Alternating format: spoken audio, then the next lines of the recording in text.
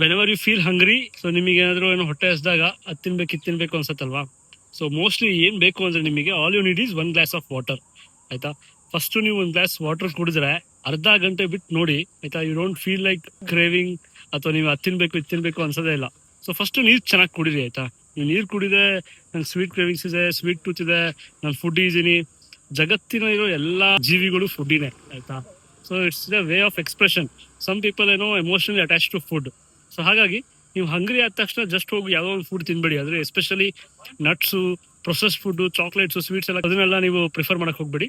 Prefer something which is vegetables, fruits, low calorie food. ಆಯ್ತಾ, ಅದನ್ನ diet friendly food ಅಂತಾರೆ. ಅಂದ್ರೆ ಜಾಸ್ತಿ ಪ್ರಮಾಣದಲ್ಲಿ ತಿಂದ್ರು ನಿಮಗೆ ಕ್ಯಾಲರೀಸ್ ಕಮ್ಮಿ ಬರಬೇಕು.